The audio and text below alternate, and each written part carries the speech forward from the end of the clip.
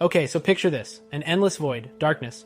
But then, boom, God gets to work, rolling out the ultimate cosmic renovation. And just like that, God flipped the switch. The first sunrise ever. Pretty cool, huh? With the basics down, God got creative by creating mountains, rivers, trees, and more. Basically, Eden was the first 5-star resort handcrafted by the Almighty himself. And now, the first ever human. No childhood, no awkward teen years, just straight into adulthood. Talk about skipping the awkward phase. Adam's first assignment, name every animal.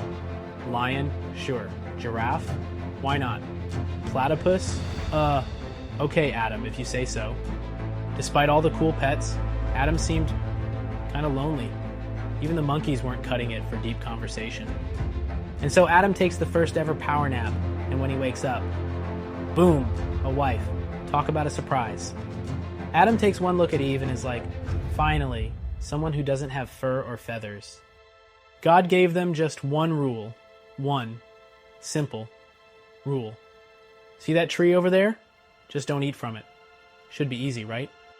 Things were going great until the talking snake showed up. Yeah, that's not normal, even in Eden. The serpent was basically the first smooth talking salesman, getting Eve to second guess God's rule. Oh, come on, Eve. Did he really mean that? And just like that, crunch. Uh-oh, we have a situation. Suddenly, Adam and Eve noticed something strange. They were more aware of, let's say, their outfits, or lack thereof. God showed up for his usual walk in the garden. Adam and Eve, hiding in the bushes like guilty kids caught with their hands in the cookie jar.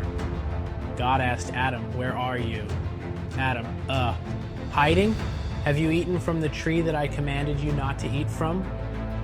Adam, it was Eve. Eve, it was the snake. And the serpent probably just shrugged. God had to lay down the law. Serpent, cursed to crawl forever. Eve, childbirth just got a lot harder. Adam, welcome to the world of hard labor. And just like that, paradise was no longer home. The first humans became the first exiles. Goodbye, all-you-can-eat fruit buffet. Hello, farming, hunting, and figuring out how the world works. Welcome to real life, Adam and Eve. And that, my friends, is how humanity went from paradise to a world of struggles. But don't lose hope. God had a redemption plan all along, and his name is Jesus Christ. To dive deeper into the story of Adam and Eve, you can read Genesis 1 to 4 in the Bible, where it all began. In this corner, we have Cain, a farmer, a hard worker, and the firstborn son. And in the other corner, Abel, a shepherd, a quiet guy who knows his way around sheep. Two brothers, two professions, one upcoming disaster. Cain brings his best veggies, Abel brings his best lamb. One smells like a fresh garden, the other like a delicious barbecue. And guess what? God prefers the barbecue. Cain expected some heavenly applause, but instead he gets nothing. Meanwhile, Abel's offering is a VIP event, and Cain? Well, he looks like he just got passed over for a promotion. God gives Cain a pep talk. Look, just do the right thing, and you'll be fine. But be careful. Sin is waiting for you like a lion outside your tent. Cain hears the warning, but let's just say he ignores it. Cain invites Abel for a little brotherly bonding in the field. Sounds nice, right? Wrong. Because what Abel doesn't know is, this is Cain's last nerve walking with him. And just like that, boom! The first murder in history. Cain has gone full villain mode. No jury, no trial, just one angry farmer with a rock. God asks the question every guilty kid dreads. Where's your brother? And Cain? Oh, he plays dumb. Am I his babysitter? Cain thought he could hide the evidence. But guess what? Abel's blood has Wi-Fi. It's calling out to heaven, loud and clear. Cain is officially fired from farming. No more crops, no more land, just a lifetime of wandering. And Cain, he is not taking it well. Even after all this, God still shows Cain mercy. He marks him. not as a target, but as a warning. No revenge killings allowed. And with that, Cain walks off into history. So, what's the lesson here? Maybe don't let jealousy fester into rage and murder. It's one thing to feel slighted, it's another to let it consume you. Cain's downfall wasn't just that his offering was rejected, but that he let bitterness take control instead of learning from it. Maybe listen when God gives you a warning, when he tells you that sin is waiting at your door, crouching like a predator, ready to pounce. Take it seriously. Temptation is always lurking, but we always have a choice. Cain could have turned things around, but he ignored the warning. And definitely don't try to lie to God. When he asks a question, it's not because he doesn't know the answer. It's because he's giving you a chance to confess and repent. But instead of coming clean, Cain played dumb. Am I my brother's keeper? Yeah, Cain, you were. And now the ground itself is testifying against you. This story isn't just about the first murder in history. It's about choices, responsibility, and consequences. It's about how we handle rejection, how we respond to correction, and how our actions shape our future. Cain had a chance to do right, but instead, he let resentment lead him to ruin. So the next time you're feeling jealous, angry, or tempted to take matters into your own hands, remember Cain and Abel.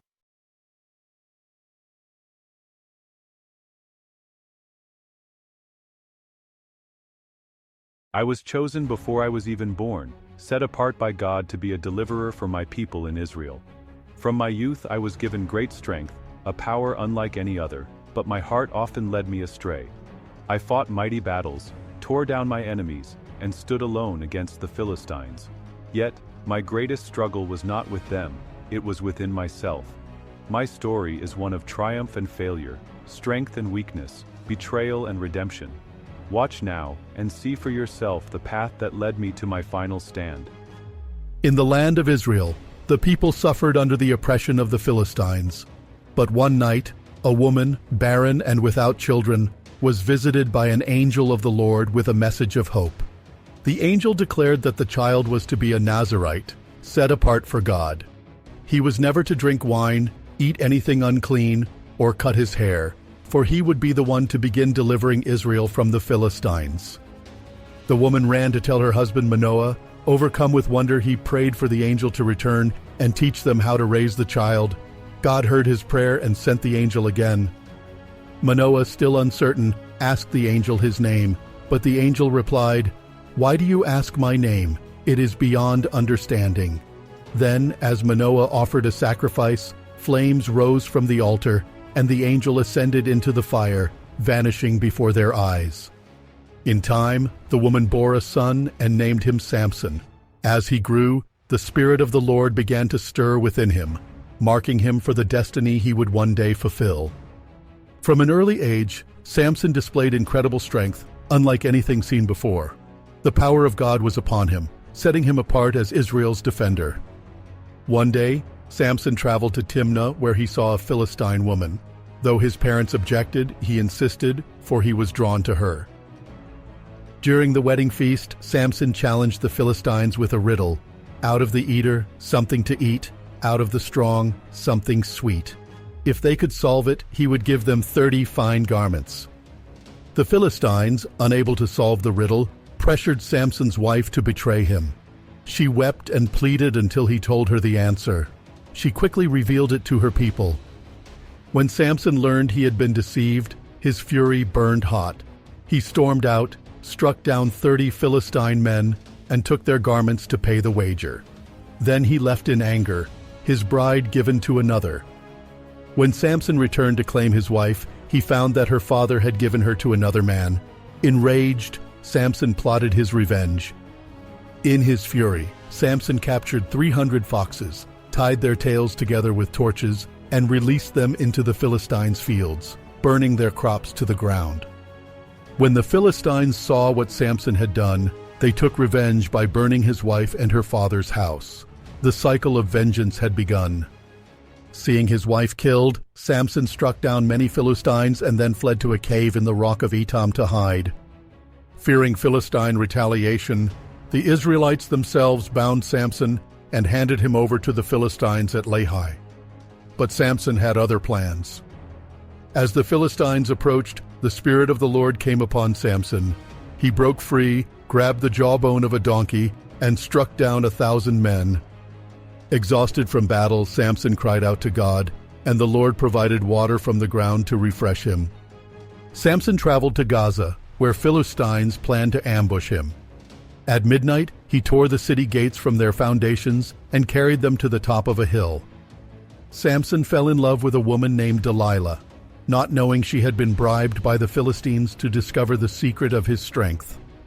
Delilah pleaded with Samson to tell her the source of his strength. He tricked her, saying he would be weakened if bound with fresh bowstrings. She tested him, but he easily broke free. Again, Delilah asked, and again Samson deceived her, saying he would be powerless if bound with new ropes. But when she tried, he snapped them like thread. After much pleading, Samson finally revealed his secret. His strength was in his uncut hair. That night, as he slept, and the power of God left him. With his strength gone, Samson awoke to find himself powerless against the Philistines. They seized him, gouged out his eyes, and led him away in chains to Gaza. Samson, once the mightiest warrior of Israel, now toiled as a prisoner, grinding grain like a beast. Yet, in the darkness, something miraculous was happening. His hair began to grow back. The Philistine rulers gathered in the temple of Dagon, their false god, to celebrate Samson's defeat. They praised their idol, believing he had delivered their greatest enemy into their hands. The Philistines, in their arrogance, called for Samson to be brought out to entertain them. Blind and weak, he was led into the great temple, unaware that this would be his final stand. As the crowd jeered, Samson whispered a final prayer to God. "Lord, remember me. Strengthen me just once more, so that I may take vengeance on the Philistines for my eyes." With newfound strength, Samson pushed with all his might against the temple pillars. The massive stone structure began to shake and crumble, burying the Philistine rulers and all inside.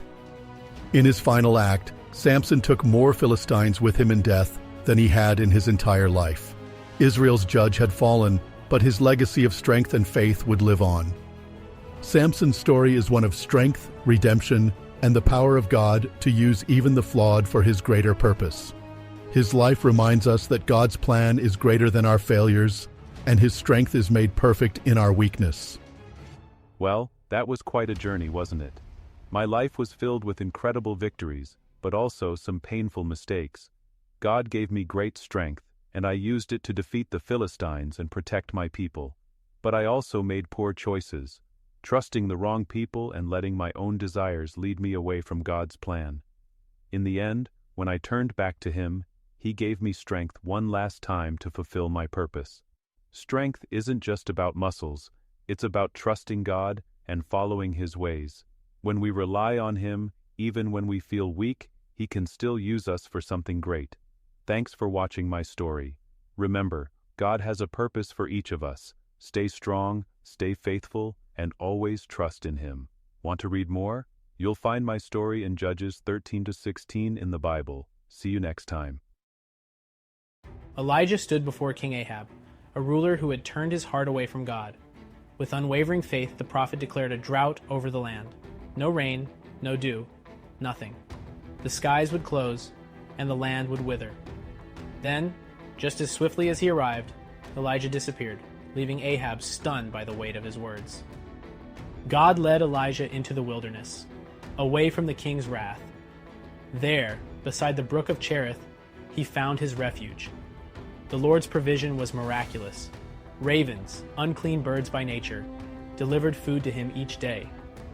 As the days stretched into months, Elijah waited, trusting in the God who had never failed him. As the brook dried up, Elijah journeyed to Zarephath, where he found a widow gathering sticks. She was preparing one final meal for herself and her son, before famine would claim them.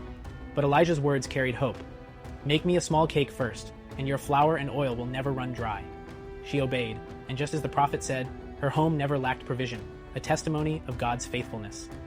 But sorrow soon visited the widow's home, Her son fell sick and died. In her grief, she cried out, questioning the prophet's presence. Elijah carried the boy to his room, stretched himself over him 3 times, and pleaded with the Lord for life to return. And suddenly, breath filled the child's lungs. The widow, overwhelmed, declared, "Now I know you are a man of God, and the word of the Lord from your mouth is the truth." After years of drought, the time had come for Elijah to return. He confronted Ahab, accusing him of leading Israel into idolatry. The land was dying. The people had turned to Baal, and God's judgment was upon them. Elijah called for a test, one that would settle once and for all who was the true God. On Mount Carmel, Elijah faced 450 prophets of Baal. They danced and cried out to their God, but no fire came. Elijah stepped forward, rebuilt the Lord's altar, and soaked it with water. Then he prayed, and in an instant, fire rained from heaven, consuming the sacrifice. The people fell on their faces, crying, "The Lord, He is God." Judgment followed, and Baal's prophets were no more. With the false prophets gone, Elijah turned his eyes to the heavens. He prayed for rain, and on the 7th time, his servant saw it, a small cloud, rising like a hand. It grew, darkened, and soon the sky opened, drenching the thirsty earth. Ahab fled, but Elijah, strengthened by the Lord, ran ahead of the king's chariot, a sign of divine power and urgency. Jezebel, enraged by the loss of her prophets, swore vengeance on Elijah. The mighty prophet who had stood before kings now fled into the wilderness, weary, alone, and afraid. Elijah found shelter in a cave, expecting God to speak in power. A great wind tore through the mountains, but God was not in the wind. Elijah's mission was complete. As he walked with Elisha, suddenly, a chariot of fire appeared, separating them. In an instant, Elijah was lifted into the heavens, never to taste death. His mantle fell to Elisha, a sign that the work of God would continue. And so, the prophet who stood before kings, who called fire from heaven, and who walked in the presence of God, was taken into glory.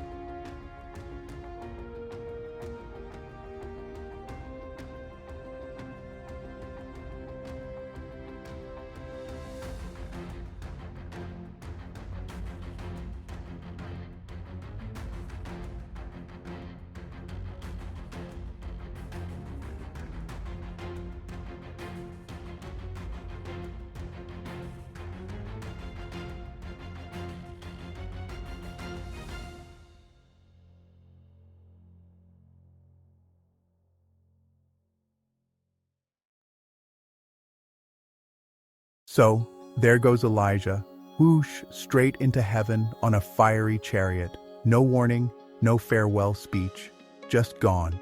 And Elisha? He's standing there holding his mentor's cloak like, well, guess that makes me the prophet now. Before he can even process this massive promotion, he walks up to the Jordan River and smacks it with Elijah's mantle. Nothing happens. He smacks it again. Still, nothing. So finally, he shouts, "Where is the Lord God of Elijah?" And boom, the waters split like they've been waiting for a dramatic entrance. And just like that, Elisha crosses over, stepping into his destiny. Elisha barely has time to enjoy his new role before some local kids decide to test his patience. He's walking toward Bethel when a gang of young troublemakers start shouting, "Go up, Baldy! Go up, Baldy!" A not-so-subtle reference to Elijah's recent departure and, well, Elisha's shiny scalp. Now, Elisha could have ignored them, maybe even come up with a witty comeback, but no. He calls down a divine, "Oh, you wanna play?" moment, and out of nowhere, two enormous bears charge out of the woods. Let's just say that those kids won't be mocking prophets anymore. Word spreads quickly that Elisha is the real deal, and soon enough, a desperate widow comes knocking. She's drowning in debt, and creditors are about to take her 2 sons as payment. Elisha, cool as ever, simply says, "Go collect every jar you can find." No explanation, no context. Just jars. She does it.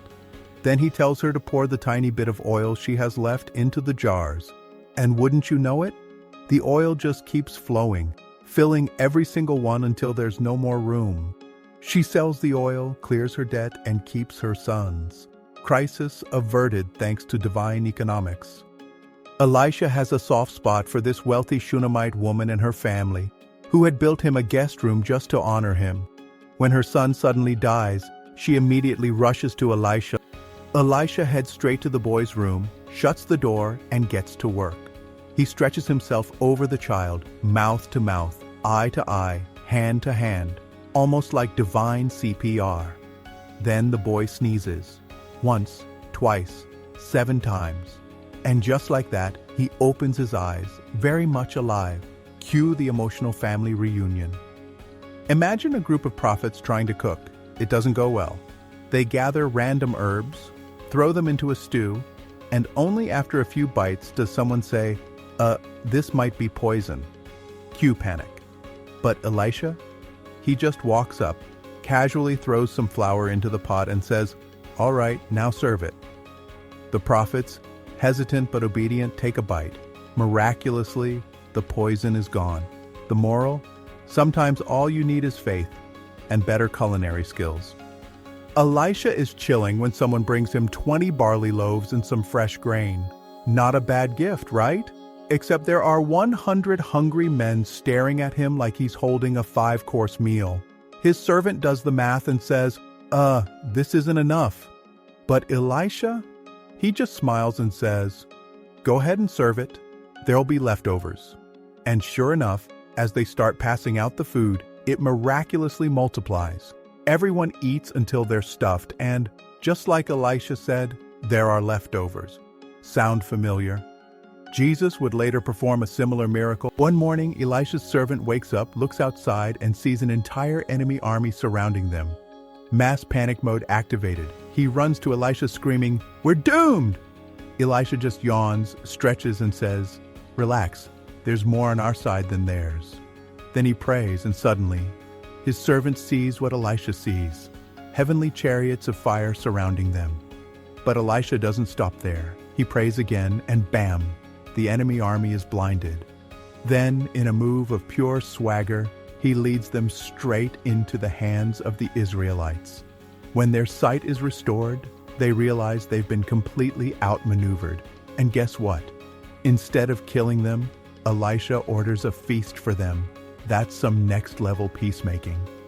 And that, my friends, is the story of Elisha, a prophet who turned water into dry ground, food into feasts, death into life, and enemies into dinner guests. He proved that faith isn't just about dramatic miracles. It's also about trust, obedience, and knowing that sometimes the most powerful move is the simplest one. So, next time you face a problem, ask yourself, what would Elisha do? Chances are, he'd just trust God, and maybe throw something into the river.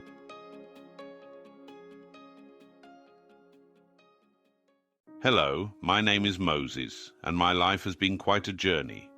From a baby floating in the Nile to standing before Pharaoh, witnessing miracles, leading my people through the wilderness, and speaking with God himself, every step was part of a bigger plan. In this short video, You'll get a glimpse of my story, but trust me, there's so much more. If you want to dive deeper, start with Exodus 1 and follow along through Deuteronomy 34. The full story is waiting for you in the pages of Scripture. Now, let's begin. Long ago in Egypt, a newborn child named Moses was placed in a small basket and set adrift on the Nile River. His mother, in an act of faith, hoped he would be saved from Pharaoh's cruel decree. As the basket floated through the reeds, destiny guided him to an unexpected future. Pharaoh's daughter, while bathing in the Nile, discovered the baby floating in a basket. Moved with compassion, she decided to raise him as her own, unknowingly setting the stage for the deliverance of an entire people. As Moses grew, he saw the suffering of his people, the Israelites, under Pharaoh's rule. One fateful day, in a moment of anger, he struck down an Egyptian taskmaster. Fearing for his life, he fled into the wilderness, leaving behind the only home he had ever known. In the wilderness, Moses encountered a strange sight, a bush engulfed in flames, yet unburned. From the fire, the voice of God spoke. Moses, I have chosen you to lead my people out of Egypt. With doubt in his heart, but faith in his soul, Moses accepted the call. Moses returned to Egypt, demanding Pharaoh to let the Israelites go. When Pharaoh refused, God sent 10 plagues upon the land, turning the Nile to blood, sending locusts, hail, and darkness, until Pharaoh's heart was finally broken. With Pharaoh's army in pursuit, the Israelites found themselves trapped at the Red Sea. But Moses, lifting his staff, called upon God's power, and the waters split apart, forming a path to freedom. The people walked across on dry land, witnessing the miracle before them.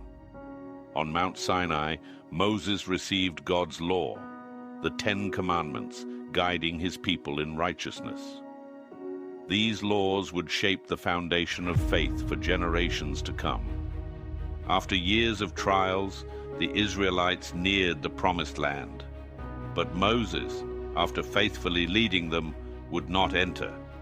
Instead, he stood atop the mountain, gazing at the land his people would inherit, knowing his mission was complete. His story, however, would live on forever. My journey was filled with trials, miracles, and unwavering faith. From the burning bush to the Red Sea, from the wilderness to the mountain where I received God's law, every step was guided by his hand.